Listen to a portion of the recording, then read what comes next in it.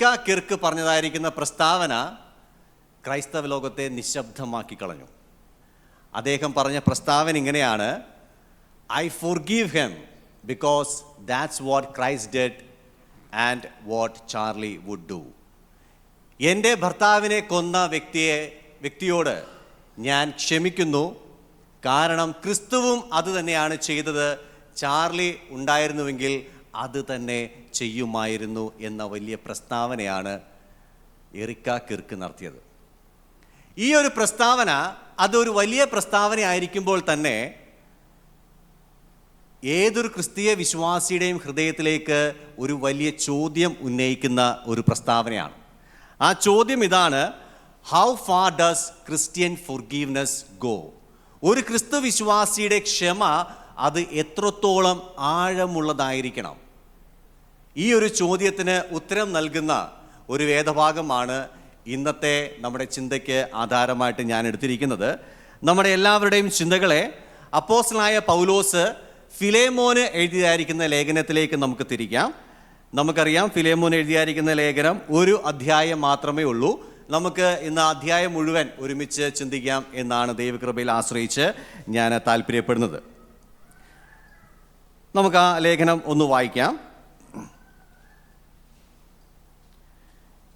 ക്രിസ്തുയേശുവിൻ്റെ ബദ്ധനായ പൗലോസും സഹോദരനായ തിമോത്തിയോസും ഞങ്ങളുടെ പ്രിയനും കൂട്ടുവേലക്കാരനുമായ ഫിലേമോൻ എന്ന നിനക്കും സഹോദരിയായ അപ്പിയയ്ക്കും ഞങ്ങളുടെ സഹഭടനായ അർക്കിപ്പോസിനും നിന്റെ വീട്ടിലെ സഭയ്ക്കും എഴുതുന്നത്: നമ്മുടെ പിതാവായ ദൈവത്തിങ്കൽ നിന്നും കർത്താവായ യേശുക്രിസ്തുവിങ്കൽ നിന്നും നിങ്ങൾക്ക് കൃപയും സമാധാനവും ഉണ്ടാകട്ടെ.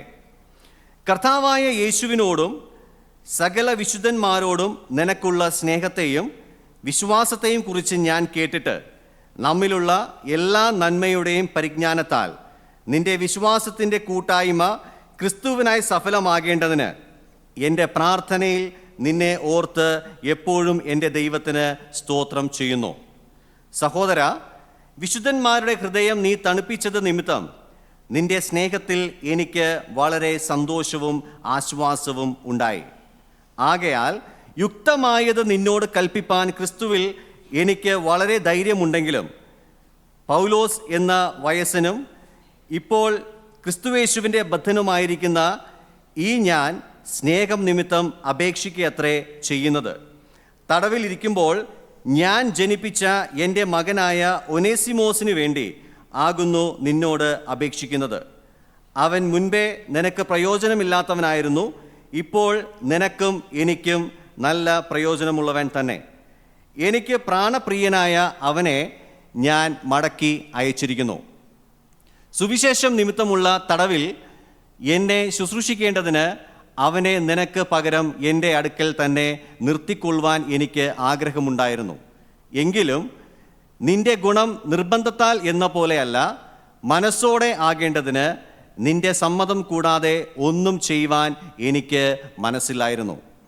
അവൻ അല്പകാലം വേർപെട്ടു പോയത് അവനെ സദാകാലത്തേക്കും നിനക്ക് ലഭിക്കേണ്ടതിന് ആയിരിക്കും. അവൻ ഇനി ദാസനല്ല, ദാസനു മീതെ പ്രിയ സഹോദരൻ തന്നെ. അവൻ വിശേഷാൽ എനിക്ക് പ്രിയൻ എങ്കിൽ നിനക്ക് ജഡസംബന്ധമായും കർത്തൃസംബന്ധമായും എത്ര അധികം. ആകയാൽ നീ എന്നെ കൂട്ടാളി എന്ന് കരുതുന്നുവെങ്കിൽ അവനെ എന്നെപ്പോലെ ചേർത്തുകൊള്ളുക. അവൻ നിന്നോട് വല്ലതും അന്യായം ചെയ്തിട്ടോ കടംപെട്ടിട്ടോ ഉണ്ടെങ്കിൽ അത് എൻ്റെ പേരിൽ കണക്കിട്ട് കൊള്ളുക. പൗലോസ് എന്ന ഞാൻ സ്വന്തം കൈയാൽ എഴുതിയിരിക്കുന്നു, ഞാൻ തന്നു തീർക്കാം, നീ നിന്നെ തന്നെ എനിക്ക് തരുവാൻ കടപ്പെട്ടിരിക്കുന്നു എന്ന് ഞാൻ പറയണമെന്നില്ലല്ലോ. അതേ സഹോദര, നിന്നെക്കാൾ എനിക്ക് കർത്താവിൽ ഒരു അനുഭവം നിന്നെക്കൊണ്ട് എനിക്ക് കർത്താവിൽ ഒരു അനുഭവം വേണ്ടിയിരിക്കുന്നു. ക്രിസ്തുവിൽ എൻ്റെ ഹൃദയം തണുപ്പിക്കുക. നിൻ്റെ അനുസരണത്തെപ്പറ്റി എനിക്ക് നിശ്ചയമുണ്ട്. ഞാൻ പറയുന്നതിലും അധികം നീ ചെയ്യും എന്നറിഞ്ഞിട്ടാകുന്നു ഞാൻ എഴുതുന്നത്. ഇതല്ലാതെ നിങ്ങളുടെ പ്രാർത്ഥനയാൽ ഞാൻ നിങ്ങൾക്ക് നൽകപ്പെടും എന്ന് പ്രത്യാശ ഉണ്ടാകുകൊണ്ട് എനിക്ക് പാർപ്പിടം ഒരുക്കിക്കൊള്ളുക.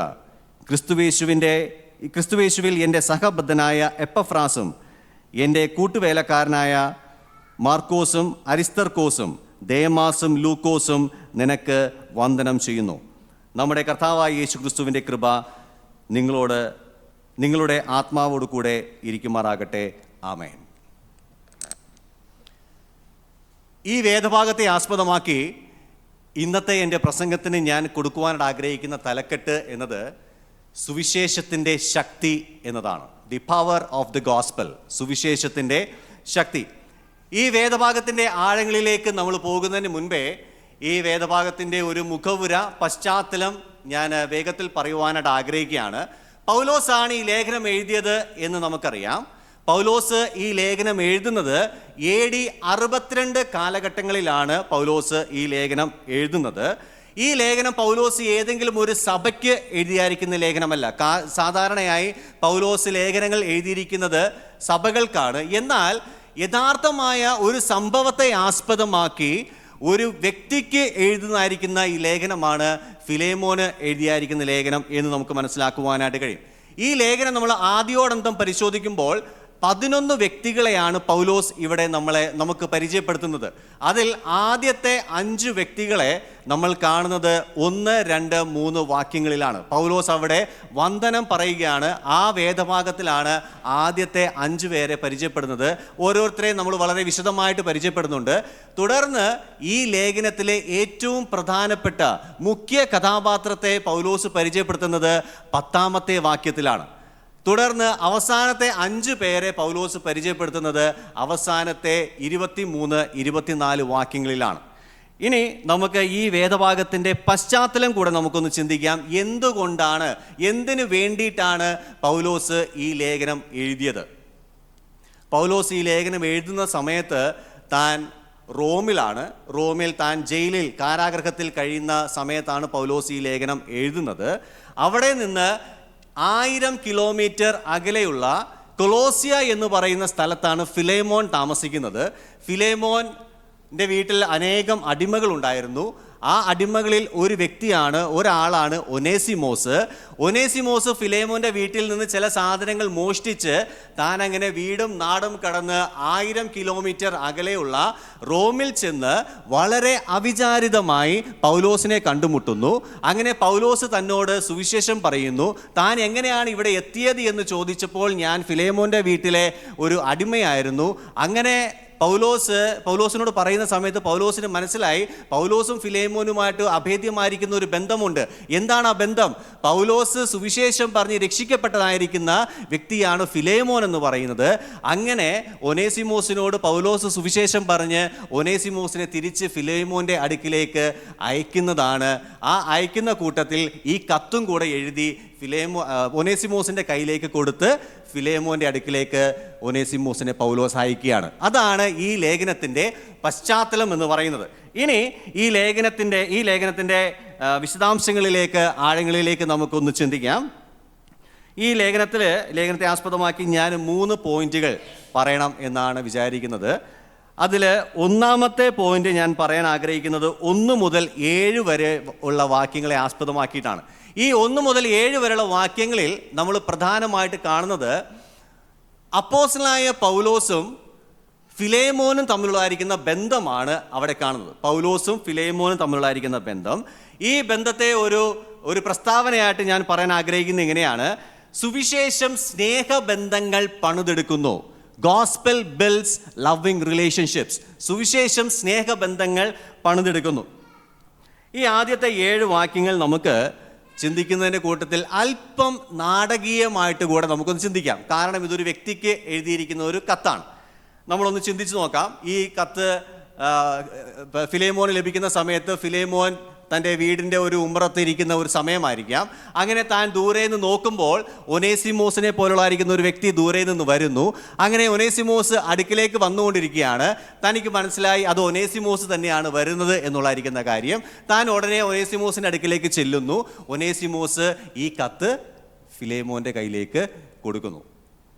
അങ്ങനെ ഫിലേമോൻ ആ കത്ത് തുറക്കുന്ന സമയത്ത് ആദ്യം വായിക്കുന്നു: ക്രിസ്തുവേശുവിൻ്റെ ബദ്ധനായ പൗലോസ്.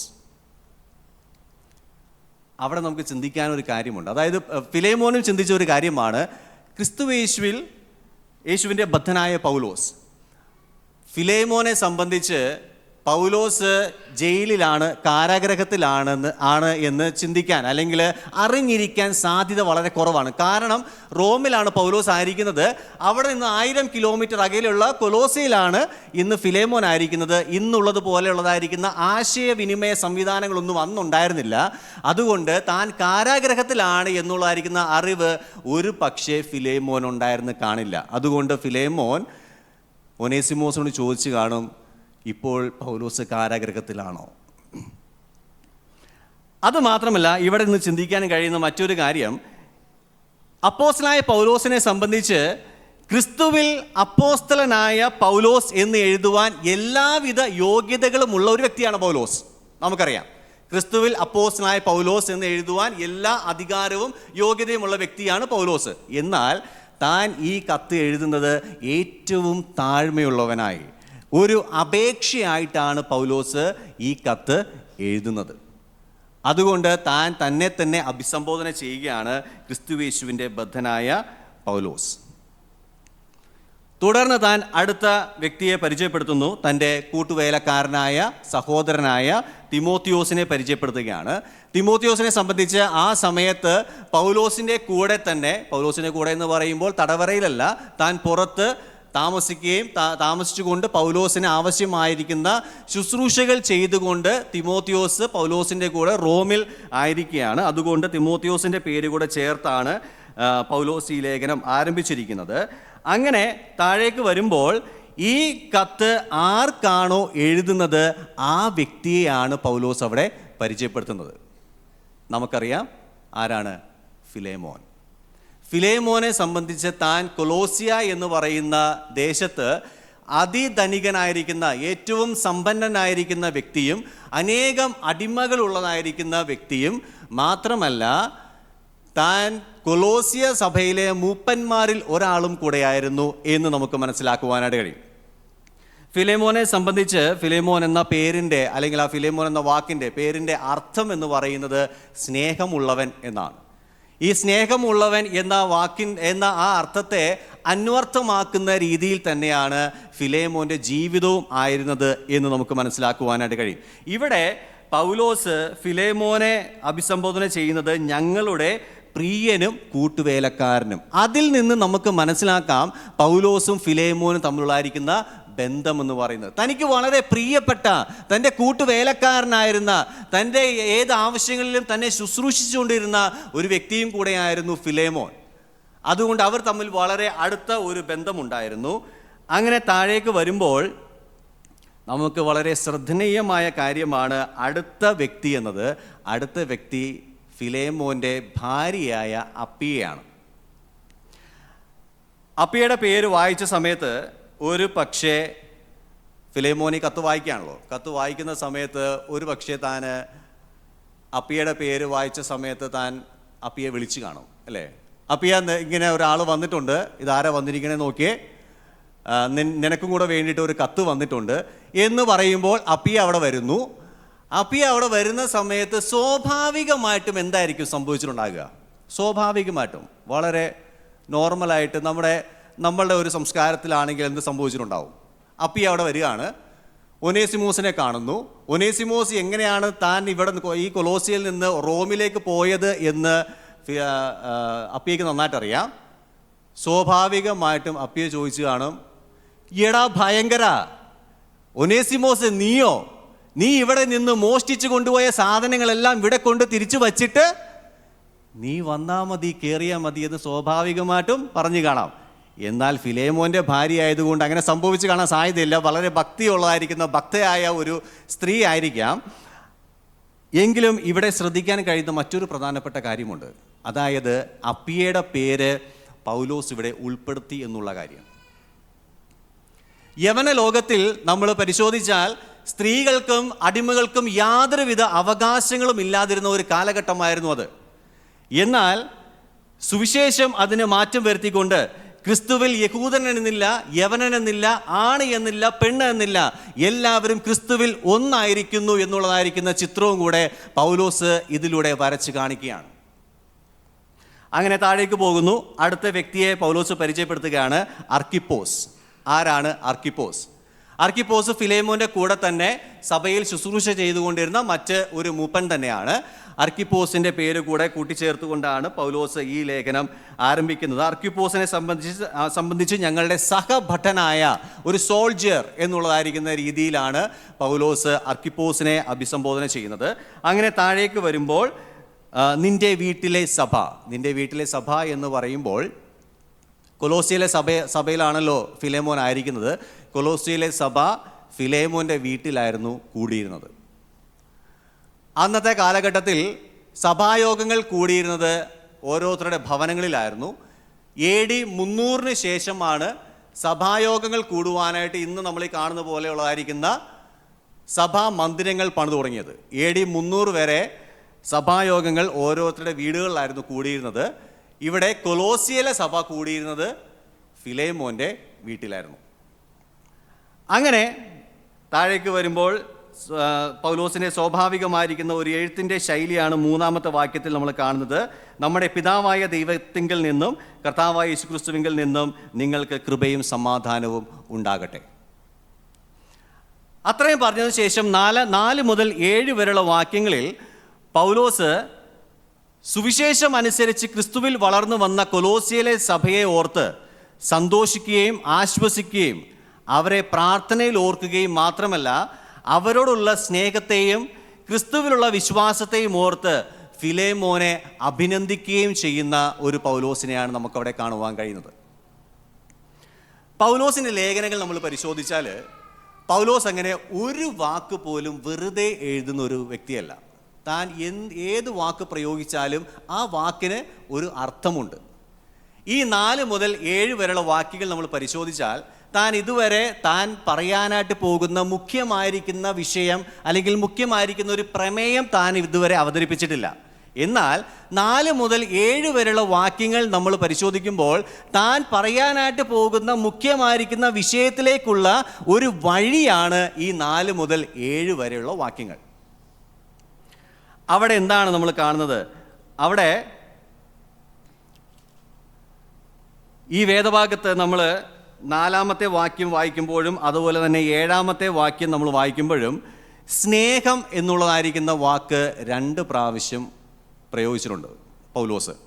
സ്നേഹം എന്നുള്ളതായിരിക്കുന്ന വാക്ക് 2 പ്രാവശ്യം. അതിൽ നിന്ന് തന്നെ നമുക്ക് മനസ്സിലാക്കുവാനായിട്ട് സാധിക്കും ഫിലേമോൻ കൊലോസിയ വിശ്വാസികളോട് താൻ എത്രമാത്രം സ്നേഹത്തോടു കൂടെയാണ് അവരോട് ഇടപെട്ടിരുന്നത്, താൻ എത്രമാത്രം സ്നേഹത്തോടു കൂടെയാണ് അവരെ കരുതിയിരുന്നത്, അവരെ സൽക്കരിച്ചിരുന്നത് എന്നുള്ളൊരു കാര്യം നമുക്ക് മനസ്സിലാക്കുവാനായിട്ട് കഴിയും. 2-ാമത്തെ വാക്ക് വളരെ ശ്രദ്ധനീയമാണ്, വിശ്വാസം എന്നത്. വിശ്വാസം എന്ന വാക്കിന് 2 തലത്തിലാണ് എൻ്റെ അതിനെക്കുറിച്ച് അർത്ഥം വിശദീകരിച്ചിരിക്കുന്നത്. വിശ്വാസം എന്ന് പറയുമ്പോൾ ഫിലേമോന് ക്രിസ്തുവിലുള്ളായിരിക്കുന്ന വിശ്വാസം, അതാണ് ആത്യന്തികമായിട്ടും ഏറ്റവും പ്രധാനപ്പെട്ട വിശ്വാസം എന്ന് പറയുന്നത്. 2-ാമത് ഫിലേമോന് കൊലോസിയയിലെ വിശ്വാസികളോടുണ്ടായിരുന്ന വിശ്വസ്തത.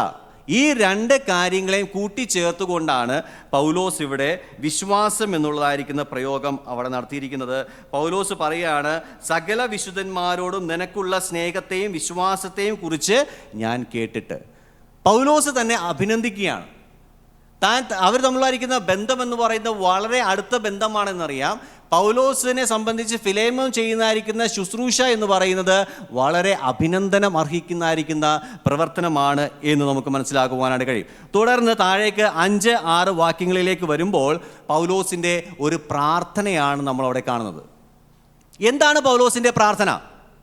പൗലോസ് പ്രാർത്ഥിക്കുന്നത് കൊലോസിയിലെ വിശ്വാസികൾ സകല സൽപ്രവൃത്തിയിലും ഫലം കായ്ച്ച് ദൈവത്തെക്കുറിച്ചുള്ള പരിജ്ഞാനത്തിൽ അവർ വളർന്നു വരണം എന്നുള്ളതായിരിക്കുന്ന പ്രാർത്ഥനയാണ് പൗലോസിനുള്ളത്. പ്രിയമുള്ളവരെ, ഈ പ്രാർത്ഥന ഇന്ന് നമുക്കും വളരെ ആവശ്യമായിരിക്കുന്ന പ്രാർത്ഥനയാണ്. നാം രക്ഷിക്കപ്പെട്ടു എന്നതുകൊണ്ട് നാം അങ്ങനെ തന്നെ ഇരിക്കുവാനല്ല ദൈവം നമ്മളെക്കുറിച്ച് ആഗ്രഹിക്കുന്നത്. നാം ഓരോ ദിവസവും സൽപ്രവൃത്തികളിൽ വളർന്നു വന്ന് ദൈവത്തെക്കുറിച്ചുള്ളായിരിക്കുന്ന പരിജ്ഞാനത്തിൽ നിറവുള്ളവരായി നാം വളർന്നു വരണമെന്നുള്ളത് ദൈവം നമ്മളെക്കുറിച്ചും ആഗ്രഹിക്കുന്നതായിരിക്കുന്ന കാര്യമാണ്. തുടർന്ന് നമ്മൾ താഴേക്ക് വരുമ്പോൾ ഫിലേമോനെ സംബന്ധിച്ച് പൗലോസ് പറയുന്ന അടുത്ത ഒരു പ്രധാനപ്പെട്ട കാര്യമാണ് സഹോദര, വിശുദ്ധന്മാരുടെ ഹൃദയം നീ തണുപ്പിച്ചത് നിമിത്തം നിന്റെ സ്നേഹത്തിൽ എനിക്ക് വളരെ സന്തോഷവും ആശ്വാസവും ഉണ്ടായി. ഇവിടെ വിശുദ്ധന്മാരുടെ ഹൃദയം തണുപ്പിച്ചത് എന്ന് പറയുന്നത് കൊലോസിയയിലെ സഭയിലെ അംഗങ്ങളെക്കുറിച്ചാണ്. വിശുദ്ധന്മാർ എന്നുള്ളതായിരിക്കുന്ന പ്രയോഗം അവർ നടത്തിയിരിക്കുന്നത്. അവരുടെ ഹൃദയങ്ങളെ തണുപ്പിച്ചു എന്ന് പറയുമ്പോൾ സ്വാഭാവികമായിട്ട് നമുക്ക് മനസ്സിലാക്കാം എന്തോ പ്രശ്നം കൊലോസിയയിലെ സഭയിലുണ്ട്. കൊലോസിയർക്ക് എഴുതിയിരിക്കുന്ന ലേഖനം നമ്മൾ വായിക്കുമ്പോൾ അവരുടെ പ്രധാനപ്പെട്ട പ്രശ്നം എന്ന് പറയുന്നത് അനവധിയായിട്ടുള്ള ദുരുപദേശങ്ങളാൽ അവർ ചാഞ്ചാടിക്കൊണ്ടിരുന്ന പല ആശയക്കുഴപ്പങ്ങൾ ഉണ്ടായിരുന്ന ഒരു സഭയായിരുന്നു കൊലോസിയയിലെ സഭ. അതുമാത്രമല്ല, അവിടെ ഉണ്ടായിരുന്ന ചില വ്യക്തികളെ സംബന്ധിച്ച് അവർക്ക് ചില ലീഗലിസ്റ്റിക് വ്യൂ ഉണ്ടായിരുന്ന അല്ലെങ്കിൽ നിയമവാദപരമായിരിക്കുന്ന കാഴ്ചപ്പാടുകൾ ഉണ്ടായിരുന്ന ചില വ്യക്തികൾ അവിടെ ഉണ്ടായിരുന്നു. അവരെ സംബന്ധിച്ച് പെരുന്നാൾ ആചരിക്കുന്നതിനെക്കുറിച്ച്, വാവ് ആചരിക്കുന്നതിനെക്കുറിച്ച്, ശബത്ത് ആചരിക്കുന്നതിനെക്കുറിച്ച്, അതുപോലെ തന്നെ ഭക്ഷണ പാനീയങ്ങൾ കഴിക്കുന്നതിനെക്കുറിച്ചെല്ലാം ചില നിർബന്ധങ്ങളും നിബന്ധനകളും വെച്ചിരുന്ന ചില ആളുകളുണ്ടായിരുന്നു. ഇവരെല്ലാം ഉദ്ദേശിച്ചുകൊണ്ടാണ് ഈ കൊലോസിയർക്ക് എഴുതിയായിരിക്കുന്ന ലേഖനം എഴുതിയത്. എന്നാൽ ഈ ആളുകളുടെ ഇടയിൽ മൂപ്പനായിരിക്കുന്ന ഫിലേമോൻ അവരുടെ ഹൃദയത്തെ തണുപ്പിച്ചു എന്ന് പറയുമ്പോൾ എത്ര തന്മയത്വത്തോടുകൂടെ, എത്ര അച്ചടക്കത്തോടുകൂടെ, എത്രയോ പക്വതയോടുകൂടെ താൻ കൊലോസിയയിലെ സഭയിലെ വിശ്വാസികളോട് ഇടപെട്ടിരുന്നിരിക്കണം. ആ ഇടപെടലിനെ പൗലോസ് അഭിനന്ദിക്കുകയാണ്. അത് കണ്ടിട്ട് എനിക്ക് വളരെ സന്തോഷവും ആശ്വാസവും ഉണ്ടായി. എത്രയോ വലിയൊരു പ്രസ്താവനയാണത്. പ്രിയമുള്ളവരെ, നമ്മുടെ ഇടയിലും ചിലപ്പോൾ ആശയക്കുഴപ്പങ്ങൾ, ചില പ്രശ്നങ്ങൾ എന്തെങ്കിലും ഉണ്ടായിരിക്കാം. എന്നാൽ ഇവിടെ പൗലോസ് നമ്മൾ ഓർപ്പിക്കുന്നത് പോലെ സ്നേഹത്തിലും പരസ്പരമുള്ള വിശ്വസ്തതയിലും അന്യോന്യം തണുപ്പിച്ചുകൊണ്ട് മുന്നോട്ട് പോകുവാൻ സർവശക്തനായ ദൈവം നമ്മളെ ഓരോരുത്തരെയും സഹായിക്കുമാറാകട്ടെ. രണ്ടാമതായിട്ട് ഞാൻ പറയാൻ ആഗ്രഹിക്കുന്നത് 8 മുതൽ 21 വരെയുള്ള വാക്യങ്ങളിൽ നിന്നാണ്. 8 മുതൽ 21 വരെയുള്ള വാക്യങ്ങൾ. അവിടെ 2 കാര്യങ്ങളാണ് പൗലോസ് പ്രധാനമായിട്ടും പറയുന്നത്. 2 കാര്യങ്ങൾ. ഒന്നാമത്തേത് പൗലോസും ഒനേസിമോസും തമ്മിലുള്ളായിരിക്കുന്ന ബന്ധം. പൗലോസും ഒനേസിമോസും തമ്മിലുള്ളായിരിക്കുന്ന ബന്ധം. രണ്ടാമത് പൗലോസ് പറയുന്നത് ഒനേസിമോസിന് ലഭിച്ചതായിരിക്കുന്ന അനുഗ്രഹങ്ങൾ. ഈ 2 കാര്യങ്ങളാണ് ഈ 8 മുതൽ 21 വരെയുള്ള വാക്യങ്ങളിൽ നമുക്ക് കാണുവാൻ കഴിയുന്നത്. ഈ 2 കാര്യങ്ങളെയും കൂട്ടിച്ചേർത്തുകൊണ്ട് ഒരു പ്രസ്താവനയായിട്ട് ഞാൻ പറയാൻ ആഗ്രഹിക്കുന്നത് ഇതാണ്: ജീവിതത്തെ മാറ്റിമറിക്കുന്ന സുവിശേഷം. Gospel transforms lives completely. ജീവിതത്തെ മാറ്റിമറിക്കുന്ന സുവിശേഷം. 8ാമത്തെ വാക്യം ആരംഭിക്കുന്നത് യുക്തമായത് നിന്നോട് കൽപ്പിപ്പാൻ ക്രിസ്തുവിൽ എനിക്ക് വളരെ ധൈര്യമുണ്ടെങ്കിലും എന്ന് പറഞ്ഞുകൊണ്ടാണ്. യുക്തമായ ഒരു കാര്യം പൗലോസ് പറയാൻ പോവാണ്. എന്താണ് യുക്തമായ കാര്യം? യുക്തമായ എന്നുള്ള വാക്കിന് അർത്ഥം ഉചിതമായത് എന്നുള്ളതാണ് അതിൻ്റെ അർത്ഥമായിട്ട് നമുക്ക് കാണുവാൻ കഴിയുന്നത്. ഉചിതമായിരിക്കുന്ന ഒരു കാര്യം പൗലോസ് പറയാനായിട്ട് പോവുകയാണ്.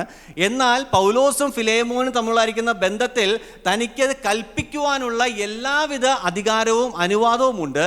എന്നാൽ പൗലോസ് തൻ്റെ അധികാരം അവിടെ പ്രയോഗിക്കുന്നില്ല. താൻ അപേക്ഷിച്ചുകൊണ്ട് ചില കാര്യങ്ങൾ പറയുവാനായിട്ട് പോവുകയാണ്. അവിടെയും പ്രധാനപ്പെട്ട കാര്യത്തിലേക്ക് പൗലോസ് ഇതുവരെ വന്നിട്ടില്ല. എന്നാൽ ആ പ്രധാനപ്പെട്ട ആ വിഷയത്തിലേക്ക് വരുന്നതിന് മുൻപേ 2 കാര്യങ്ങൾ പൗലോസ് അവിടെ 8-9 വാക്യങ്ങളിൽ പറയുന്നുണ്ട്. ആ 2 കാര്യങ്ങൾ പറയുന്നത് ഫിലേമോൻ ഈ വിഷയത്തിൽ ഒരു തീരുമാനമെടുക്കുമ്പോൾ പൗലോസ് പറഞ്ഞായിരിക്കുന്ന ഈ 2 കാര്യങ്ങൾ കൂടെ പരിഗണിക്കണം. എന്താണ് 2 കാര്യങ്ങൾ? പൗലോസ് അവിടെ പറയുന്നു, പൗലോസ് എന്ന വയസ്സനും ഇപ്പോൾ ക്രിസ്തുവേശുവിൻ്റെ ബദ്ധനുമായിരിക്കുന്ന ഈ ഞാൻ. ഈ 2 കാര്യങ്ങളാണ് ഈ കത്ത് ഫിലേമോൻ വായിക്കുമ്പോൾ. ഈ കത്ത് അത് ഫിലേമോൻ കീറിക്കളയാൻ പാടില്ല. അത് വായിക്കണം. വായിച്ച് ഉചിതമായിരിക്കുന്ന ഒരു തീരുമാനം എടുക്കണം. പൗലോസ് തന്നെക്കുറിച്ച് തന്നെ പറയുന്നത് താൻ ഒരു വയസ്സനാണ്, ക്രിസ്തുവിൽ ബദ്ധനായിരിക്കുന്ന വ്യക്തിയാണ്. ഇത് എഴുതുമ്പോൾ അല്ലെങ്കിൽ ഇത് പറയുമ്പോൾ പൗലോസ് എന്തെങ്കിലും ഒരു അനുകമ്പ ഫിലേമോനിൽ നിന്ന് പ്രതീക്ഷിച്ചുകൊണ്ടല്ല. നമ്മൾ പറഞ്ഞതുപോലെ ഒരു തീരുമാനമെടുക്കുമ്പോൾ ഈ 2 കാര്യങ്ങൾ കൂടെ പരിഗണിക്കണം. പൗലോസ് ഈ ലേഖനം എഴുതുമ്പോൾ പൗലോസിന് 60 വയസ്സാണ് പ്രായം. 60 വയസ്സാണ് തൻ്റെ പ്രായം. എങ്കിലും പൗലോസ് തന്നെക്കുറിച്ച് പറയുന്നത് വയസ്സനെന്നാണ്. സാധാരണ ഒരു 60 വയസ്സുള്ള ഒരു വ്യക്തി വയസ്സനാണെന്ന് തന്നെ സമ്മതിക്കാൻ വളരെ പാടാണല്ലേ. 60 70 ആയാലും നമുക്ക് വയസ്സനെന്നൊക്കെ പറഞ്ഞു കഴിഞ്ഞാൽ അങ്ങോട്ട് ഇച്ചിരി ബുദ്ധിമുട്ടാണ് സമ്മതിക്കാൻ. എന്നാൽ അതിനെക്കുറിച്ച് വേദപണ്ഡിതരൊക്കെ പറയുന്നത് പൗലോസ് കഴിഞ്ഞ 30 വർഷമായിട്ട് ദൈവവേലയിൽ വളരെ അധ്വാനിച്ചു കൊണ്ടിരുന്ന ഒരു വ്യക്തിയായിരുന്നു. ഉറക്കമില്ലാതെ പകൽ മുഴുവൻ ദൈവവേല, രാത്രി താൻ പണി ചെയ്യുന്നു. അങ്ങനെ വളരെ അധ്വാനിച്ചു കൊണ്ടിരുന്ന ഒരു കാലഘട്ടമായിരുന്നു കഴിഞ്ഞ 30 വർഷം. ഈ 30 വർഷത്തെ തൻ്റെ ഈ കഠിനമായ അധ്വാനം കാരണം ഒരു പക്ഷേ താൻ വയസ്സിൻ്റെ ഒരു രൂപത്തിലേക്ക്, ഒരു ഭാവത്തിലേക്ക് മാറിയിട്ടുണ്ടാകുവാനുള്ള സാധ്യതയുണ്ട്. അതുകൊണ്ടാണ് പൗലോസ് പറയുന്നത്, വയസ്സനും ക്രിസ്തുവിൽ ബദ്ധനുമായിരിക്കുന്ന ഈ ഞാൻ. അങ്ങനെ ഈ കാര്യങ്ങളെല്ലാം പറഞ്ഞതിന് ശേഷം പൗലോസ് 10ാമത്തെ വാക്യത്തിലേക്ക് വരുമ്പോൾ പൗലോസ് പറയാനായിട്ട് ഉദ്ദേശിച്ച വിഷയത്തിലേക്ക് വരികയാണ്. 10ാമത്തെ വാക്യം. 10ാമത്തെ വാക്യത്തിൽ നമ്മൾ ഈ ലേഖനത്തിലെ പ്രധാനപ്പെട്ട കഥാപാത്രത്തെ നമ്മൾ പരിചയപ്പെടുന്നു. ആ വ്യക്തിയുടെ പേരാണ് ഒനേസിമോസ്. ഒനേസിമോസ് എന്ന പേരിൻ്റെ അർത്ഥം പ്രയോജനമുള്ളവൻ എന്നാണ്. പ്രയോജനമുള്ളവൻ എന്നാണ് ഒനേസിമോസ് എന്ന പേരിൻ്റെ അർത്ഥം. ആ കാലഘട്ടത്തിൽ അടിമകൾക്ക് സാധാരണയായി വളരെ കോമണായി കണ്ടിരുന്ന ഒരു പേരാണ് ഒനേസിമോസ് എന്ന പേര്. അങ്ങനെ ഒനേസിമോസ് എങ്ങനെയാണ് ഫിലേമോൻ്റെ അടുക്കൽ നിന്ന് പോയത് എന്നുള്ള കാര്യങ്ങളെല്ലാം നമുക്കറിയാം. ഫിലേമോൻ്റെ വീട്ടിലെ ഒരു അടിമയായിരുന്നു. അനേകം അടിമകളിൽ ഒരു വ്യക്തിയായിരുന്നു ഒനേസിമോസ് എന്ന വ്യക്തി. താൻ അങ്ങനെ ചില സാധനങ്ങൾ മോഷ്ടിച്ച് താൻ ഫിലേമോൻ താമസിച്ചിരുന്ന കൊലോസി എന്ന ദേശത്ത് നിന്ന് റോമിലേക്ക് താൻ അങ്ങനെ പോവുകയാണ്, ഓടിപ്പോവുകയാണ്. അവിടെ വെച്ച് പൗലോസിനെ കാണുന്നു. പൗലോസ് തന്നോട് സുവിശേഷം പറയുന്നു. താൻ രക്ഷിക്കപ്പെടുന്നു. ഇങ്ങനെയാണ് ഒനേസിമോസും പൗലോസും തമ്മിലുള്ളായിരിക്കുന്ന ബന്ധം ആരംഭിക്കുന്നത്. അങ്ങനെ ആരംഭിച്ചതിന് ശേഷം രക്ഷിക്കപ്പെട്ടതായിരിക്കുന്ന, അല്ലെങ്കിൽ ഒരു പുതിയ വിശ്വാസി, ക്രിസ്തുവിൽ ഒരു ശിശുവായിരിക്കുന്ന വ്യക്തിയെ സംബന്ധിച്ച്, ആ ഒനേസിമോസിനെ സംബന്ധിച്ച് പൗലോസ് അഭിസംബോധന ചെയ്യുന്നത് ഇങ്ങനെയാണ്: അവൻ എൻ്റെ മകൻ, ഞാൻ ജനിപ്പിച്ച എൻ്റെ മകനായ ഒനേസിമോസിന് വേണ്ടിയാകുന്നു നിന്നോട് അപേക്ഷിക്കുന്നത്. ഈ എൻ്റെ മകൻ എന്നുള്ളതായിരിക്കുന്ന വാക്ക് മൂലഭാഷ നമ്മൾ പരിശോധിച്ചാൽ എൻ്റെ സ്വന്തം കുഞ്ഞ് എന്നാണ് എൻ്റെ അർത്ഥം. എൻ്റെ സ്വന്തം കുഞ്ഞ്. പൗലോസിൻ്റെ ആ ഒനേസിമോസിനുമായിട്ടുള്ള ആ ഒരു ബന്ധം, തൻ്റെ ആ ഒരു സ്നേഹം എത്രമാത്രം ആഴമാണ്, തൻ്റെ ആ ഒരു കരുതൽ എത്രമാത്രം ആഴമാണ്. ഒനേസിമോസിനെ കുറിച്ച് പൗലോസ് പറയുന്നത്, അവൻ എൻ്റെ സ്വന്തം കുഞ്ഞ്. അതുകൊണ്ട് ഫിലേമോൻ ഈ കത്ത് വായിക്കുമ്പോൾ ഒരു കുഞ്ഞിന് ലഭിക്കേണ്ടതായിരിക്കുന്ന ഒരു ലാളന, ഒരു കുഞ്ഞിന് ലഭിക്കേണ്ടതായിരിക്കുന്ന ഒരു കരുതൽ, ഒരു ശ്രദ്ധ, ഇതെല്ലാം വളരെ ആവശ്യമായിട്ടിരിക്കുന്നു. ഇത് ലഭിച്ചില്ലെങ്കിൽ ഒനേസിമോസിന് എന്ത് സംഭവിക്കും? ഒനേസിമോസ് തളർന്നു പോകുവാനുള്ള സാധ്യതയുണ്ട്. അപ്പോൾ അതുകൊണ്ട് ഈ ഞാൻ ജനിപ്പിച്ചായിരിക്കുന്ന, ഇന്ന് ഒനേസിമോസിനെ സംബന്ധിച്ച് ഒനേസിമോസിൻ്റെ ആത്മീക പിതാവാണ് ആര്? പൗലോസ്. ഒനേസിമോസ് തളർന്നു പോകുക എന്ന് പറയുന്നത് പൗലോസിനെ സംബന്ധിച്ച് ചിന്തിക്കാൻ പോലും കഴിയാത്തതായിരിക്കുന്ന ഒരു കാര്യമാണ്. ഈ വാക്കുകളെല്ലാം പ്രയോഗിക്കുമ്പോൾ നമ്മൾ മറ്റൊരു കാര്യം കൂടെ ശ്രദ്ധിക്കണം. ഫിലേമോൻ്റെ ഹൃദയത്തെ സ്പർശിക്കുവാനും കൂടെയാണ് പൗലോസ് ഈ വാക്കുകളെല്ലാം പ്രയോഗിക്കുന്നത് എന്നുകൂടെ നമുക്ക് മനസ്സിലാക്കുവാനായിട്ട് കഴിയും. 11ാമത്തെ വാക്യത്തിലേക്ക് വരുമ്പോൾ, അതിൻ്റെ താഴേക്ക് നമ്മൾ വായിക്കുമ്പോൾ വളരെ ഭംഗിയായി, അല്ലെങ്കിൽ പൗലോസിൻ്റെ എഴുത്തിൻ്റെ ഒരു മനോഹാരിത നമുക്കവിടെ കാണുവാനായിട്ട് കഴിയും. എന്താണ് ആ മനോഹാരിത എന്ന് ചോദിച്ചാൽ, ഒനേസിമോസ് എന്ന പേരിൻ്റെ അർത്ഥത്തെ കൂടെ ഉൾപ്പെടുത്തിക്കൊണ്ടാണ് പൗലോസ് 11ാമത്തെ വാക്യം എഴുതുന്നത്. എന്താണ് അവിടെ എഴുതിയിരിക്കുന്നത്? അവൻ മുൻപേ നിനക്ക് പ്രയോജനമില്ലാത്തവനായിരുന്നു, ഇപ്പോൾ നിനക്കും എനിക്കും നല്ല പ്രയോജനമുള്ളവൻ തന്നെ. ഒനേസിമോസ് എന്ന പേരിൻ്റെ അർത്ഥം നമ്മൾ പറഞ്ഞു, എന്തായിരുന്നു? പ്രയോജനമുള്ളവൻ. ആ പേരിൻ്റെ അർത്ഥത്തെയും കൂടെ കൂട്ടിച്ചേർത്തുകൊണ്ടാണ് പൗലോസ് 11ാമത്തെ വാക്യം എഴുതുന്നത്. അവിടെ പൗലോസ് പറയുന്നു, അവൻ നിനക്ക് മുൻപേ പ്രയോജനമില്ലാത്തവനായിരുന്നു. കാരണം എന്താണ്? അവൻ അടിമയായിരുന്നു, ഒരു പ്രയോജനം ഉണ്ടായിരുന്നില്ല. എന്നാൽ ഇന്ന് അവൻ അടിമയല്ല. അവൻ ആരാണ്? അവൻ നിനക്കും എനിക്കും പ്രയോജനമുള്ളവനായി തീർന്നിരിക്കുന്നു. പ്രിയമുള്ളവർ, ഇതാണ് മാറ്റിമറിക്കുന്ന സുവിശേഷം എന്ന് പറയുന്നത്. ഫിലേമോനെ സംബന്ധിച്ച് ഒനേസിമോസുമായിട്ട്, അല്ലെങ്കിൽ ഒനേസിമോസിനെ സംബന്ധിച്ച് ഫിലേമോനുമായിട്ട് സാധാരണഗതിയിൽ നമ്മൾ ചിന്തിച്ചാൽ ഒരു കാലത്തും അവർക്ക് അടുത്തു വരുവാനോ ഒരുമിച്ചിരുന്ന് സംസാരിക്കുവാനോ ഒരുമിച്ചിരുന്ന് ഭക്ഷണം കഴിക്കുവാനോ ഒന്നും സാധ്യമായി തീർന്നിരുന്നില്ല. എന്നാൽ സുവിശേഷത്തിലൂടെ അവരുടെ ബന്ധം ഇന്ന് വളരെ അടുത്തിരിക്കുന്നു. പരസ്പരം അങ്ങോട്ടും ഇങ്ങോട്ടും പ്രയോജനമുള്ളവരായി അവർ മാറിയിരിക്കുകയാണ്. അങ്ങനെ തുടർന്ന് 12-ാമത്തെ വാക്യത്തിലേക്ക് വരുമ്പോൾ മറ്റൊരു പദപ്രയോഗം കൂടെ നമുക്കവിടെ കാണാം. എനിക്ക് പ്രാണപ്രിയനായ അവനെ ഞാൻ മടക്കി അയച്ചിരിക്കുന്നു. എനിക്ക് പ്രാണപ്രിയനായ പൗലോസ് പറഞ്ഞു, അവൻ എൻ്റെ സ്വന്തം കുഞ്ഞാണ്, അവൻ ഇന്ന് എനിക്കും നിനക്കും പ്രയോജനമുള്ളവനാണ്. മൂന്നാമത് പൗലോസ് പറയാണ്, എൻ്റെ പ്രാണപ്രിയൻ. പൗലോസും ഈ ഒനേസിമോസും തമ്മിൽ വളരെ ചുരുങ്ങിയ നാളത്തുള്ള ബന്ധമുള്ളൂ അല്ലേ? ഫിലേമോനും ഒനേസിമോസുമായിട്ടുള്ള ബന്ധം വെച്ച് ആ ബന്ധത്തിൻ്റെ കാലയളവ് നോക്കുമ്പോൾ പൗലോസും ഒനേസിമോസും തമ്മിലുള്ളായിരിക്കുന്ന ബന്ധം വളരെ ചുരുങ്ങിയ കാലഘട്ടമാണ്. ആ ചുരുങ്ങിയ കാലഘട്ടം കൊണ്ട് തന്നെ പൗലോസിൻ്റെ ഹൃദയത്തിലേക്ക് കയറിപ്പറ്റിയ ഒരു വ്യക്തിയാണ് ഒനേസിമോസ്. ഒനേസിമോസിനെ കുറിച്ച് പൗലോസ് പറയുന്നത് അവൻ എൻ്റെ പ്രാണപ്രിയൻ എന്നാണ് പറയുന്നത്. അങ്ങനെ പൗലോസ് ഒനേസിമോസിനെ ഫിലോമോൻ്റെ അടുക്കിലേക്ക് മടക്കി അയക്കുന്നു. തുടർന്ന് 13-ാമത്തെ വാക്യം നമ്മൾ വായിക്കുമ്പോൾ അവിടെ പൗലോസ് എങ്ങനെയാണ് കാരാഗൃഹത്തിൽ ആയത് എന്നതിനെക്കുറിച്ചാണ് നമുക്ക് 13-ാമത്തെ വാക്യത്തിൽ കാണുവാനായിട്ട് കഴിയുന്നത്. അവിടെ സുവിശേഷ നിമിത്തമാണ് പൗലോസ് കാരാഗൃഹത്തിൽ അല്ലെങ്കിൽ തടവിലായത് എന്ന് നമുക്കവിടെ കാണാം. സുവിശേഷ നിമിത്തം പൗലോസ് തടവിലായത് ഒനേസിമോസിനെ വളരെ അധികം സ്വാധീനിച്ചിരിക്കുവാനുള്ള സാധ്യതയുണ്ട്. അതുമാത്രമല്ല, താൻ രക്ഷിക്കപ്പെട്ടതിന് ശേഷം കാരാഗൃഹത്തിലായിരിക്കുന്ന പൗലോസിന് ആവശ്യമായിരിക്കുന്ന ശുശ്രൂഷകൾ ചെയ്ത് ഒനേസിമോസ് അവിടെ കഴിയുകയാണ്. ഈ ഒനേസിമോസ് ചെയ്യുന്നതായിരിക്കുന്ന അതേ ശുശ്രൂഷ വാസ്തവത്തിൽ ഫിലേമോൻ ചെയ്യുവാനായിട്ട് ആഗ്രഹിക്കുന്ന ശുശ്രൂഷ കൂടെയാണ്. അതുമാത്രമല്ല, ഈ ഒനേസിമോസിനെ പൗലോസിൻ്റെ അടുക്കൽ നിർത്തുവാനുള്ള എല്ലാ താല്പര്യവും പൗലോസിന് ഉണ്ടായിരുന്നു. എന്നാൽ പൗലോസിൻ്റെ തീരുമാനം അതായിരുന്നില്ല. പൗലോസിനെ ഒനേസിമോസിനെ തിരിച്ച് ഫിലേമോൻ്റെ അടുക്കിലേക്ക് അയക്കുക എന്നുള്ളതായിരുന്നു പൗലോസിൻ്റെ തീരുമാനം. അങ്ങനെ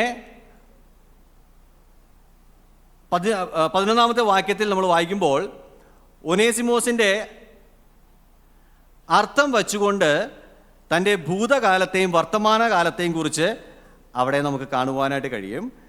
അവിടെ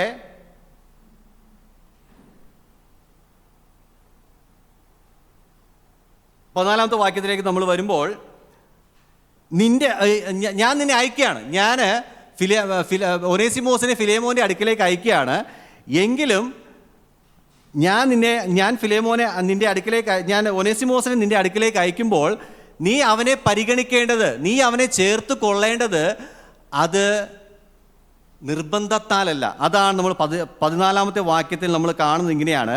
എങ്കിലും നിന്റെ ഗുണം നിർബന്ധത്താൽ എന്ന പോലെയല്ല, മനസ്സോടെ ആകേണ്ടതിന് നിന്റെ സമ്മതം കൂടാതെ ഒന്നും ചെയ്യുവാൻ എനിക്ക് മനസ്സില്ലായിരുന്നു. അവിടുത്തെ ഒരു വലിയ കണ്ടീഷനാണ്. ഞാൻ ഒനേസിമോസിനെ നിന്റെ അടുക്കിലേക്ക് അയക്കുകയാണ്, പക്ഷേ നീ അവനെ ചേർത്ത് കൊള്ളുന്നത് അത് നിന്റെ ഗുണം കൊണ്ട് തന്നെ ആയിരിക്കണം. അല്ലെങ്കിൽ നീ അവനോട് കാണിക്കുന്നതായിരിക്കുന്ന നന്മ, അല്ലെങ്കിൽ നീ അവനോട് കാണിക്കുന്നതായിരിക്കുന്ന ഔദാര്യം എന്ന് പറയുന്നത് അത് നിർബന്ധത്താലല്ല, നിന്റെ സ്വന്തം ഇഷ്ടപ്രകാരം തന്നെ ആയിരിക്കണം എന്നാണ് പൗലോസിൻ്റെ ഏറ്റവും വലിയ ആഗ്രഹം എന്ന് പറയുന്നത്. അങ്ങനെ താഴേക്ക് നമ്മൾ വരുമ്പോൾ 15-ാമത്തെ വാക്യത്തിൽ പൗലോസ് വളരെ ഭംഗിയായി മറ്റൊരു വാചകം കൂടെ എഴുതുകയാണ്. അവൻ അല്പകാലം വേർവിട്ട് പോയത് അവനെ സദാകാലത്തേക്കും നിനക്ക് ലഭിക്കേണ്ടതിന് ആയിരിക്കും എന്നതാണ് നമ്മൾ 15-ാമത്തെ വാക്യത്തിൽ നമ്മൾ വായിക്കുന്നത്. പൗലോസിനെ സംബന്ധിച്ച് പൗലോസിന് അറിയാം ഈ ഒനേസിമോസ് എന്തുകൊണ്ടാണ് പൗലോസിൻ്റെ അടുക്കിലേക്ക് എത്തിയതെന്നും എങ്ങനെയാണ് എത്തിയത് എന്നുള്ളതായിരിക്കുന്ന കാര്യം പൗലോസിന് നന്നായിട്ട് അറിയാം. എന്നാൽ താൻ ചെയ്തതായിരിക്കുന്ന യാതൊരുവിധ കുറ്റവും അവിടെ പൗലോസ് പറയുന്നില്ല. അല്പനാളത്തേക്ക് അവൻ നമ്മളിൽ നിന്ന് വേർവിട്ടുപോയി. അവൻ അല്പനാളത്തേക്ക് നിന്റെ വീട്ടിൽ നിന്ന് കുറേ സാധനങ്ങൾ മോഷ്ടിച്ചുകൊണ്ട് ഇന്ന സ്ഥലത്തേക്ക് വന്നുവല്ലോ, അത് അവനെ സദാകാലത്തേക്ക് നേടേണ്ടതിന് വേണ്ടിയായിരിക്കും എന്നൊന്നും പൗലോസ് അവിടെ പറയുന്നില്ല. പൗലോസ് എന്താണ് പറയുന്നത്? പൗലോസ് അല്പകാലം വേർവിട്ട് പോയത്, അല്പകാലം നിന്നിൽ നിന്ന് മാറി നിന്നത് അവനെ സദാകാലത്തേക്കും നിനക്ക് ലഭിക്കേണ്ടതിന് വേണ്ടിയായിരിക്കും. ഇവിടെ നമുക്ക് ചിന്തിക്കാൻ കഴിയുന്ന ചില കാര്യങ്ങളുണ്ട്. ദൈവത്തിൻ്റെ ആത്യന്തികമായിരിക്കുന്ന ഉദ്ദേശത്തെയും കൂടെ കണക്കിലെടുത്തുകൊണ്ടാണ് പൗലോസ് ഈ കാര്യം പറയുന്നത്.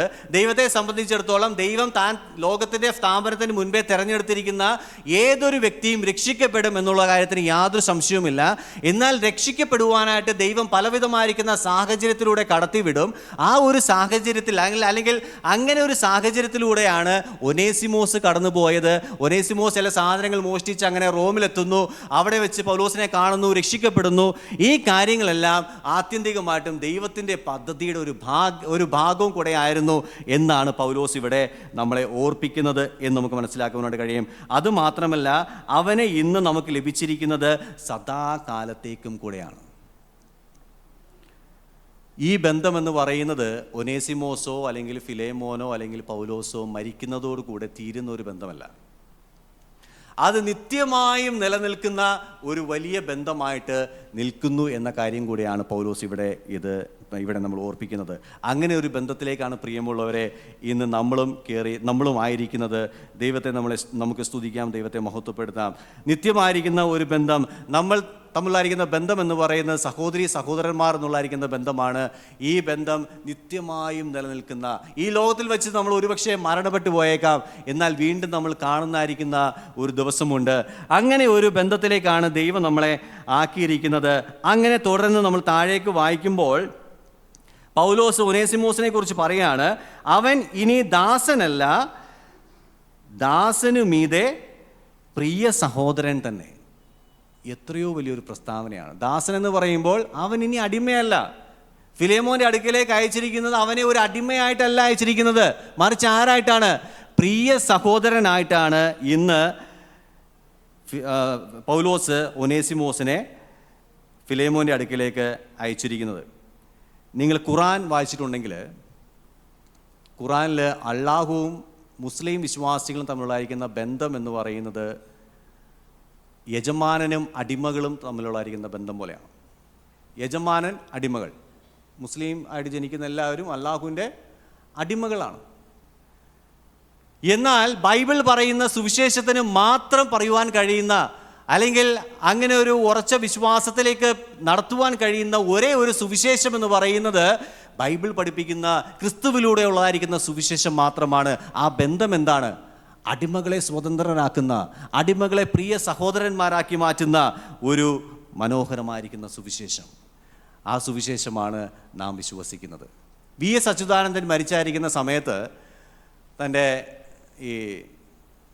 തൻ്റെ ശവം ഇങ്ങനെ കൊണ്ടുപോകുന്ന സമയത്ത് അനേകം വാർത്താ മാധ്യമങ്ങൾ പറഞ്ഞായിരിക്കുന്ന ഒരു കാര്യം, 19-ാം നൂറ്റാണ്ടിൻ്റെ ആദ്യ കാലഘട്ടങ്ങളിൽ അടിമ സമ്പ്രദായത്തിനെതിരെ പ്രവർത്തിച്ച, അധ്വാനിച്ച, സമരങ്ങൾ നടത്തിയ,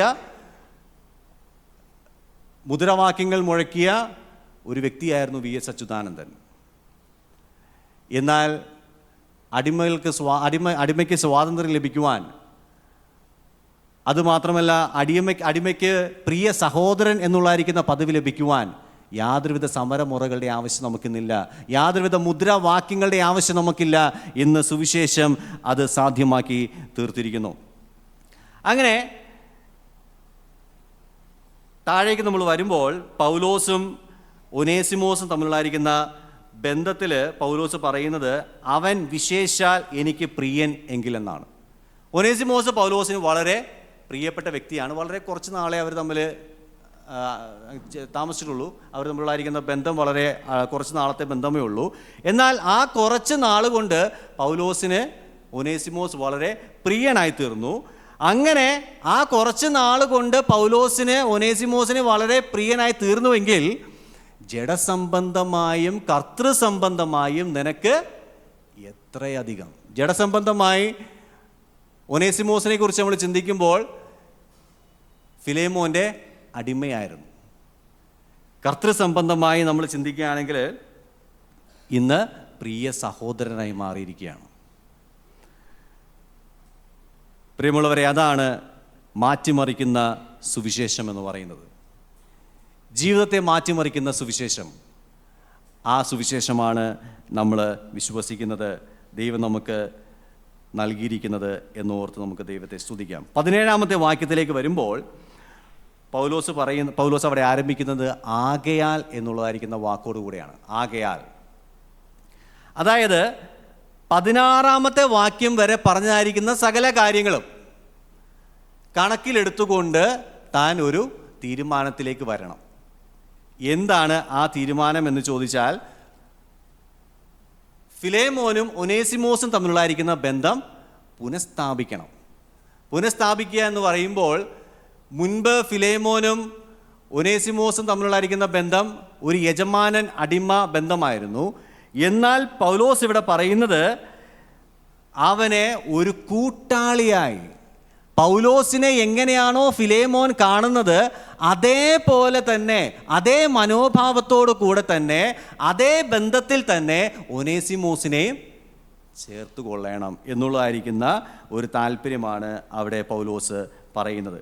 അതായത് പൗലോസ് വരുമ്പോൾ എങ്ങനെയാണോ ഫിലേമോൻ പൗലോസിനെ സ്വീകരിക്കുന്നത് അതേപോലെ തന്നെ, അതേ മനോഭാവത്തോടു കൂടെ തന്നെ നീ ഒനേസിമോസിനെയും സ്വീകരിക്കണം. അങ്ങനെ ഒരു ആഹ്വാനമാണ് പൗലോസ് 17-ാമത്തെ വാക്യത്തിൽ നൽകുന്നത് എന്ന് നമുക്ക് കാണുവാനായിട്ട് കഴിയും. 18-ാമത്തെ വാക്യത്തിലേക്ക് വരുമ്പോൾ അവിടെ ഒനേസിമോസ് ചെയ്തായിരിക്കുന്ന തെറ്റ് എന്താണ് എന്ന് പറയുന്നുണ്ട്. പക്ഷെ എന്താണ് ചെയ്തത്, താൻ എന്ത് അന്യായമാണ് ചെയ്തത് എന്ന് പൗലോസ് അവിടെ വിവരിക്കുന്നില്ല. സാധാരണഗതിയിൽ നമ്മളെപ്പോലെയുള്ളതായിരിക്കുന്ന ആളുകളാണെങ്കിൽ എന്ത് ചെയ്യും? ഇന്ന പോയിന്റുകൾ എഴുതി ഇന്ന ഇത്രയും തെറ്റുകൾ ചെയ്തിട്ടുണ്ടെങ്കിലും അവൻ ചെയ്തായിരിക്കുന്ന തെറ്റുകളെല്ലാം എൻ്റെ മേൽ ഞാൻ ആ കടമെല്ലാം ഏറ്റെടുക്കുകയാണ്. അത്രയൊക്കെ പറയാൻ നമുക്ക് വളരെ പാടാണ്. നമ്മൾ കടമൊന്നും ഏറ്റെടുക്കാൻ സാധ്യത വളരെ കുറവാണ്. നമ്മൾ എന്തെങ്കിലുമൊക്കെ ചെയ്തിട്ടുണ്ടെങ്കിൽ എന്ന് പറയാനും വളരെ പാടാണ്. നമ്മൾ സാധാരണ തെറ്റുകളെല്ലാം നമ്മൾ നിരത്തി പറയുന്ന ആളുകളാണ്. എന്നാൽ പൗലോസ് അവിടെ താൻ ചെയ്ത് എന്താണെന്ന് പറയുന്നില്ല, എന്തന്യായമാണ് ചെയ്തതെന്ന് പറയുന്നില്ല. എന്തെങ്കിലും ചെയ്തിട്ടുണ്ടെങ്കിൽ ആ അന്യായം അത് എൻ്റെ പേരിൽ കണക്കിട്ട് കൊടുക്കുക. പ്രിയമുള്ളവരെ, കർത്താവായ യേശു ക്രിസ്തു കാണിച്ച അതേ മാതൃകയാണ് പൗലോസ് ഇവിടെ കാണിക്കുന്നത്. ഈ കണക്കിടുക എന്നുള്ളതായിരിക്കുന്ന വാക്ക് റോമർക്ക് എഴുതിയ ലേഖനം 5-ാമത്തെ അധ്യായം 13-ാമത്തെ വാക്യത്തിലും ഈ വാക്യത്തിലും മാത്രമാണ് പുതിയ നിയമത്തിൽ നമുക്ക് കാണുവാനായിട്ട് കഴിയുന്നത്. റോമർക്ക് എഴുതിയ ലേഖനം 5-ാമത്തെ അധ്യായത്തിൽ കർത്താവായ യേശു ക്രിസ്തു നമ്മുടെ പാപങ്ങളെല്ലാം ഏറ്റുകൊണ്ട്, നമ്മുടെ പാപത്തിൻ്റെ കടങ്ങളെല്ലാം ഏറ്റ് താൻ കാൽവരിയിലെ ക്രൂശിലേക്ക് കയറി താൻ നമുക്ക് വേണ്ടി പാപയാഗമായി തീർന്നു. ആ മരണത്തിലൂടെ നമ്മുടെ സകല പാപങ്ങൾക്കും പരിഹാരം വരുത്തി ഇന്ന് അവൻ നമ്മളെ നീതിമാന്മാരാക്കി തീർത്തിരിക്കുന്നു. അത് എങ്ങനെയാണ് സാധ്യമായി തീർന്നത്? നമ്മൾ നീതിമാന്മാരായതുകൊണ്ടല്ല, ദൈവം തൻ്റെ നീതി നമ്മുടെ മേൽ പകർന്നു തന്നിരിക്കുകയാണ്. അങ്ങനെ നാം നീതിമാന്മാരായി തീർന്നിരിക്കുന്നു. നമ്മുടെ സകല പാപങ്ങളുടെയും കടമേറ്റുകൊണ്ട് കർത്താവായ യേശു ക്രിസ്തു കാൽവരിയിലെ ക്രൂശിലേക്ക് കയറി. അതുകൊണ്ടാണ് ഇന്ന് നമ്മൾ ഇവിടെ ഇരിക്കുന്നത്. നമ്മൾ തമ്മിൽ സഹോദരന്മാർ എന്നുള്ളതായിരിക്കുന്ന ബന്ധം സ്ഥാപിതമായി തീർന്നത്. എത്രയോ വലിയൊരു മാതൃകയാണ് പൗലോസും ഇവിടെ കാണിച്ചു തന്നിരിക്കുന്നത്. അങ്ങനെ 19-ാമത്തെ വാക്യത്തിലേക്ക് വരുമ്പോൾ പൗലോസ് പറയുകയാണ്, പൗലോസ് എന്ന് ഞാൻ സ്വന്തം കയ്യാൽ എഴുതിയിരിക്കുന്നു. പൗലോസ് തൻ്റെ സ്വന്തം കയ്യാൽ എഴുതിയിരിക്കുന്ന ഒരേ ഒരു ലേഖനം ഫിലേമോൻ എഴുതിയ ലേഖനമാണ്. ബാക്കി എല്ലാ ലേഖനങ്ങളും നമ്മൾ പരിശോധിച്ചാൽ പൗലോസിന് തൻ്റെ കൂട്ടുവേലക്കാരുണ്ടല്ലോ, കുറേ പേരുണ്ട്. തിമോത്തിയോസ് ഉണ്ട്, എപ്പഫ്രോദിത്തോസ് ഉണ്ട്, എപ്പഫ്രാസ് ഉണ്ട്, അങ്ങനെ കുറേ ആളുകളുണ്ട്. അപ്പോൾ അവരെ ആരെങ്കിലും കൂട്ടിച്ചേർത്ത് അവരെ കൊണ്ട് എഴുതിക്കുകയും പൗലോസ് അവർക്ക് പറഞ്ഞു കൊടുക്കുകയും ചെയ്യുന്ന രീതിയാണുള്ളത്. എന്നാൽ ഈ ലേഖനം മാത്രമാണ് പൗലോസ് തൻ്റെ സ്വന്തം കയ്യാൽ മുഴുവനും എഴുതിയിരിക്കുന്നത്. ചില തെളിവുകൾ നമുക്ക് വായിക്കാം. തെസ്സലോനിക്കർക്ക് എഴുതിയ 2-ാമത്തെ ലേഖനം 3-ാമത്തെ അധ്യായം അതിൻ്റെ 17-ാമത്തെ വാക്യം നമ്മൾ വായിച്ചാൽ അവിടെ നമ്മൾ കാണുന്നത്, തെസ്സലോനിക്കർക്ക് എഴുതിയ 2-ാമത്തെ ലേഖനം 3-ാമത്തെ അധ്യായം അതിൻ്റെ 17-ാമത്തെ വാക്യത്തിൽ നമ്മൾ വായിക്കുന്നത് ഇങ്ങനെയാണ്: പൗലോസായ എൻ്റെ കയ്യാൽ വന്ദനം, സകല ലേഖനത്തിലും ഇത് തന്നെ അടയാളം. ഇങ്ങനെ ഞാൻ എഴുതുന്നു, നമ്മുടെ കർത്താവായ യേശുക്രിസ്തുവിന്റെ കൃപ നിങ്ങളോട് എല്ലാവരോടും ഇരിക്കുമാറാകട്ടെ. ആകെ 2 വാക്യങ്ങളെ അവിടെ പൗലോസ് എഴുതിയിട്ടുള്ളൂ. ബാക്കിയെല്ലാം താൻ പറഞ്ഞു കൊടുക്കുകയും വേറെ ആളുകൾ എഴുതുകയും ചെയ്തായിരിക്കുന്ന കാര്യമാണ്. അതേപോലെ തന്നെ 1 കൊരിന്ത്യർ 16-ാമത്തെ അധ്യായം 21-ാമത്തെ വാക്യത്തിൽ നമുക്ക് കൊരിന്ത്യർക്ക് എഴുതിയായിരിക്കുന്ന ലേഖനത്തെക്കുറിച്ച് നമുക്കത് കാണുവാനായിട്ട് കഴിയും. അങ്ങനെ പൗലോസ് തൻ്റെ സ്വന്തം കയ്യാൽ എഴുതിയെന്ന് പറയുമ്പോൾ തനിക്ക് ഒനേസിമോസിനെ കുറിച്ചുള്ളായിരിക്കുന്ന ഭാരം എത്രമാത്രമാണ്. താൻ വളരെയധികം സ്നേഹിച്ചിരുന്ന ഒരു വ്യക്തി കൂടെയാണ് ഒനേസിമോസ് എന്ന് നമുക്ക് കാണുവാനായിട്ട് കഴിയും. അങ്ങനെ നമ്മൾ താഴേക്ക് വരുമ്പോൾ തുടർന്ന് 20-ാമത്തെ വാക്യത്തിലേക്ക് നമ്മൾ വരുന്ന സമയത്ത് അവിടെ നമ്മൾ കാണുന്നത്, അതേ സഹോദര, നിന്നെ കൊണ്ട് എനിക്ക് കർത്താവിൽ ഒരു അനുഭവം വേണ്ടിയിരിക്കുന്നു, ക്രിസ്തുവിൽ എൻ്റെ ഹൃദയം തണുപ്പിക്കാം. ഈ കാര്യങ്ങൾ എഴുതുമ്പോൾ പൗലോസ് പറയുന്നത് ഫിലേമോനെ സംബന്ധിച്ച് ഫിലേമോൻ പൗലോസിനോട് വളരെ കടപ്പെട്ടിരിക്കുന്ന ഒരാളാണ് അല്ലേ? കാരണം എന്താണ്? പൗലോസ് സുവിശേഷം പറഞ്ഞ് രക്ഷിക്കപ്പെട്ട ഒരു വ്യക്തിയാണ് ഫിലേമോൻ എന്ന് പറയുന്നത്. അതുകൊണ്ട് തന്നെ ഫിലേമോൻ പൗലോസിനോട് കടപ്പെട്ടിരിക്കുന്ന ഒരു വ്യക്തി തന്നെയാണ്. ഇന്ന് പ്രിയമുള്ളവരെ, കർത്താവ് നമ്മളോട് ചോദിക്കുന്നത് അതേ ചോദ്യം തന്നെയാണ്. നീ എന്നോട് കടപ്പെട്ടിരിക്കുന്നു. നമ്മൾ ലാസറിൻ്റെ ചരിത്രം വായിക്കുന്നുണ്ടല്ലേ? ലാസറിൻ്റെ ജീവിതത്തിൽ എന്താണ് സംഭവിച്ചത്? താൻ മരിച്ച് അടക്കപ്പെട്ട് 4 ദിവസം കഴിഞ്ഞതിന് ശേഷമാണ് കർത്താവ് ലാസറിനെ ഉയർപ്പിക്കുന്നത്. ലാസർ എഴുന്നേറ്റ് ഇങ്ങനെ വരുന്ന സമയത്ത് കർത്താവിൻ്റെ മുഖം കാണുകയാണ്. ലാസറിൻ്റെ മുഖത്തുള്ളായിരിക്കുന്ന അല്ലെങ്കിൽ ഹൃദയത്തിലുള്ളായിരിക്കുന്ന സന്തോഷം എത്രമാത്രമായിരിക്കും. തുടർന്നുള്ള തൻ്റെ ജീവിതത്തിൻ്റെ അവസാനം വരെ കർത്താവിനോട് വളരെ കടപ്പെട്ട് ജീവിച്ചായിരിക്കുന്ന ഒരു വ്യക്തിയായിരിക്കും ലാസർ എന്ന് പറയുന്നത്.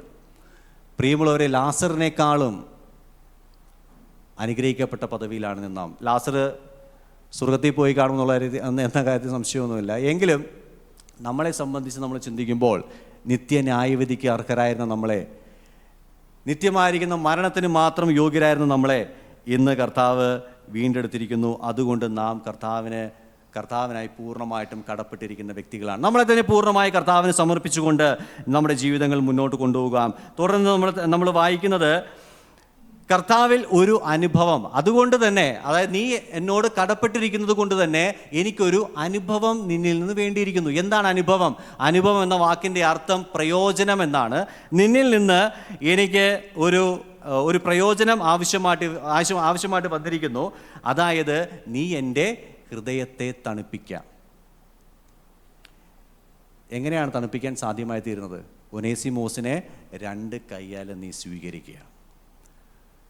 തണുപ്പിക്കുക എന്നുള്ള കാര്യം കൊലോസിയിലെ വിശ്വാസികളോട് പൗലോസ് ഇടപെട്ടതിനെ സംബന്ധിച്ച്, അവരുടെ പ്രശ്നങ്ങളിൽ ഇടപെട്ട് അവരെ ആശ്വസിപ്പിച്ച് അവരെ സൽക്കരിച്ച് അവരെ സ്നേഹത്തോടെ കൊണ്ട് നടന്നതിനെ സംബന്ധിച്ച് പൗലോസ് ആദ്യ വേദഭാഗത്ത് 7-ാമത്തെ വാക്യത്തിൽ കൊലോസിയിലെ വിശ്വാസികളെ ഫിലേമോൻ തണുപ്പിച്ചതിനെ സംബന്ധിച്ച് നമ്മളവിടെ വായിച്ചു.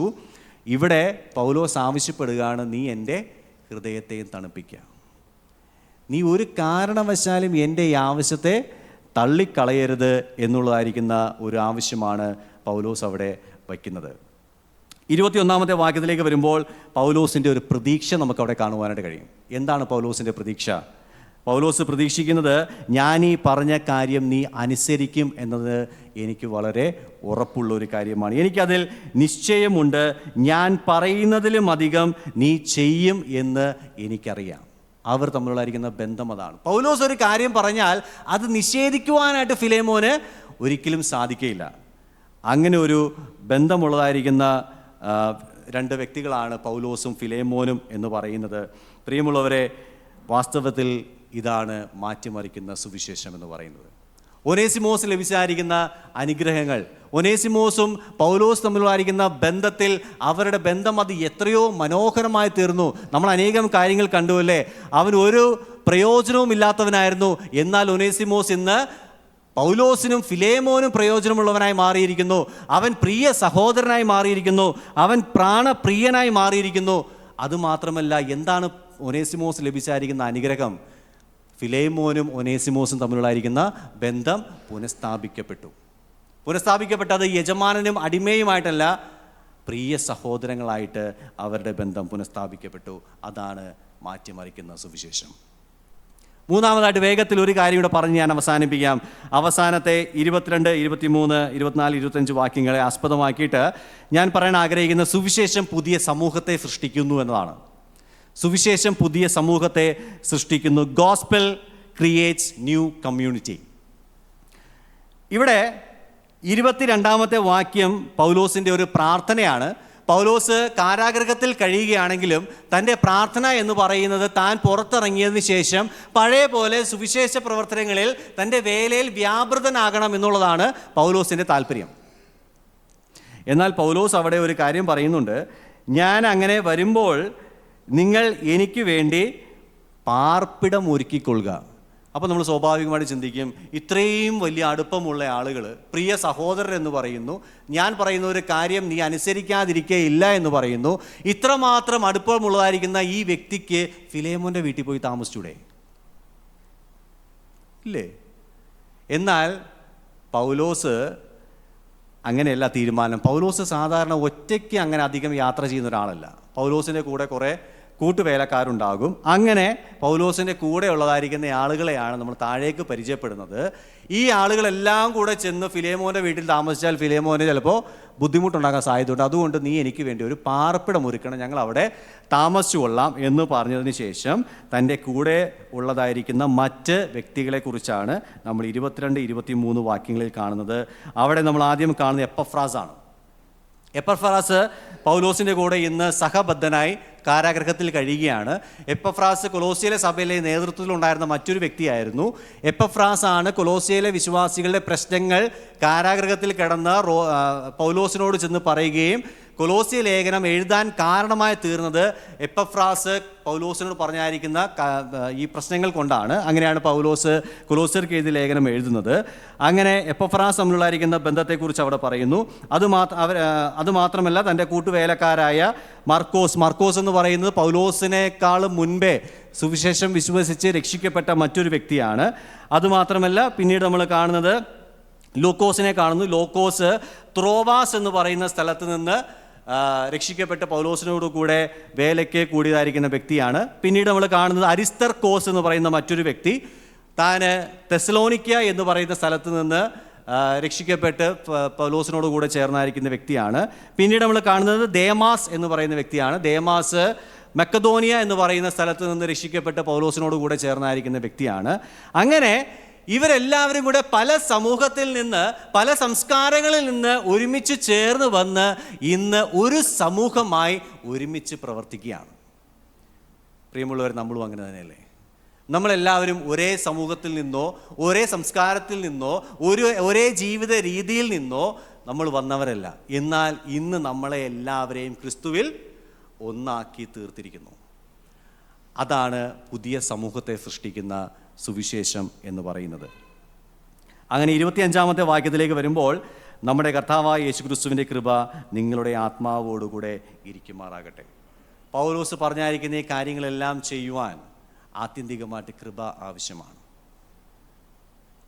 ഫിലേമോൻ പറയാണ്, ഞാൻ ഈ പറഞ്ഞ കാര്യങ്ങൾ അനുസരിക്കുവാൻ നിനക്ക് ദൈവത്തിന് കൃപ ധാരാളമായിട്ട് ഉണ്ടായിരിക്കുമാറാകട്ടെ. നമുക്ക് ലഭിച്ചിരിക്കുന്ന കൃപ അത് വൃഥാവാക്കുവാനായിട്ട് പാടില്ല. ദൈവകൃപയിൽ ആശ്രയിച്ച് നമ്മൾ വളരെ അധികമായിട്ട് പ്രയോഗിക്കേണ്ടത് ആവശ്യമാണ്. പ്രിയമുള്ളവർ, ഇതാണ് സുവിശേഷത്തിൻ്റെ ശക്തി എന്ന് പറയുന്നത്. 3 കാര്യങ്ങളാണ് നമ്മൾ പ്രധാനമായിട്ട് ചിന്തിച്ചത്. സുവിശേഷം സ്നേഹബന്ധങ്ങൾ പണിതെടുക്കുന്നു. പൗലോസും ഫിലേമോനും തമ്മിലായിരിക്കുന്ന ബന്ധം അങ്ങനെയാണ് സ്ഥാപിതമായി തീർന്നത്. അവർ തമ്മിലായിരിക്കുന്ന സ്നേഹബന്ധത്തെക്കുറിച്ച് നമ്മൾ ചിന്തിച്ചു. രണ്ടാമത് നമ്മൾ ചിന്തിച്ചത് സുവിശേഷം ജീവിതങ്ങളെ മാറ്റിമറിക്കുന്നു. ഏതൊരു കൊടിയ പാപിയെയും, ഏത് അടിമയെയും, ഏത് ദുഷ്ടനെയും മാറ്റിമറിക്കുവാൻ കഴിയുന്ന, മാറ്റിമറിച്ച് പിതാവുമായിട്ടുള്ള ബന്ധത്തിൽ, പിതാവ് മക്കൾ എന്നുള്ളായിരിക്കുന്ന ബന്ധത്തിലേക്ക്, സഹോദരങ്ങൾ തമ്മിൽ സഹോദരി സഹോദരന്മാർ എന്നുള്ളായിരിക്കുന്ന ബന്ധത്തിലേക്ക് കൊണ്ടുവരുവാൻ കഴിയുന്ന സുവിശേഷം. മൂന്നാമത് നമ്മൾ ചിന്തിച്ചത് സുവിശേഷം പുതിയ സമൂഹത്തെ സൃഷ്ടിക്കുന്ന ഒന്നാണ് എന്നതാണ്. പ്രിയമുള്ളവരെ, സർവശക്തനായ ദൈവം നമ്മളെല്ലാവരെയും സഹായിക്കുമാറാകട്ടെ. അത് പറയുമ്പോൾ തന്നെ സുവിശേഷത്തെ വളച്ചൊടിക്കുന്ന അനേകം ദുരുപദേഷ്ടാക്കൾ നമുക്ക് പുറമേ ഉണ്ടായിരിക്കാം, നമുക്ക് ചുറ്റുമുണ്ടായിരിക്കാം. ഞാൻ ഒരു കാര്യം കൂടെ പറഞ്ഞ വേഗത്തിൽ അവസാനിപ്പിക്കാം. കഴിഞ്ഞ ദിവസം ഞങ്ങൾ ഒരു ജ്ഞാനായ കല്യാണത്തിന് പോയി. ജ്ഞാനായ കല്യാണത്തിന് പോയപ്പോൾ അവിടെ സാധാരണ കല്യാണങ്ങൾക്ക് കാണാത്തായിരിക്കുന്ന പല ചടങ്ങുകൾ അവിടെ ഉണ്ട്. ഒരു ചടങ്ങ് ഞങ്ങൾ കണ്ടത് മൈലാഞ്ചി ഇടൽ ചടങ്ങാണ്. അപ്പോൾ സാധാരണ മുസ്ലിം കല്യാണങ്ങൾക്കാണല്ലോ നമ്മൾ മൈലാഞ്ചി ഇടൽ ചടങ്ങ് കാണുന്നത്. അപ്പോൾ ഞങ്ങൾ വിചാരിച്ചു എന്നാൽ പിന്നെ ഈ മൈലാഞ്ചി ഇടൽ എന്താണ് എന്ന് കണ്ടിട്ട് പോയേക്കാം എന്ന് വിചാരിച്ച് ഞങ്ങൾ അവിടെ നിന്നു.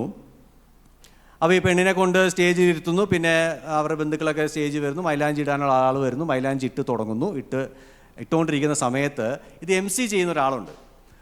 അപ്പോൾ അദ്ദേഹം മൈലാഞ്ചി ഇടുന്നതിൻ്റെ ചരിത്രം പറയാം എന്ന് പറഞ്ഞ് ചരിത്രം പറയാം.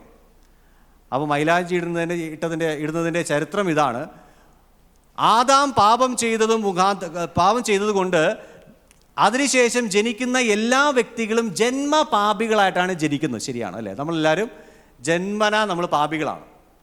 എന്നാൽ ഈ ജന്മപാപം കഴുകിക്കളയുവാനാണ് മൈലാഞ്ചി ഇടുന്നത്. എങ്ങനെയുണ്ട്? ഈ ജന്മപാപം കഴുകിക്കളയുവാനായിട്ടാണ് ഇന്ന് ഈ സ്റ്റേജിൽ മൈലാഞ്ചി ഇടൽ ചടങ്ങ്. വളരെ വിചിത്രമായിട്ട് തോന്നി. എങ്ങനെയാണ് ആ സുവിശേഷത്തെ എത്രമാത്രം അധപ്പതിപ്പിച്ചുകൊണ്ട് വളച്ചൊടിച്ചുകൊണ്ടാണ് ആ ഒരു പ്രസ്താവന നടത്തിയത്. എന്നാൽ സത്യസുവിശേഷം വിശ്വസിക്കുവാൻ ദൈവം നമ്മളെ പ്രാപ്തരാക്കി, ദൈവം നമ്മളെ യോഗ്യരാക്കി, ദൈവം ആവശ്യമായിരിക്കുന്ന കൃപ നമുക്ക് നൽകി. ഫിലേമോൻ്റെയും പൗലോസിൻ്റെയും ജീവിതം നമുക്ക് മാതൃകയായി തീരട്ടെ. ദൈവം നമ്മളെ സഹായിക്കുമാറാകട്ടെ. ആമേൻ.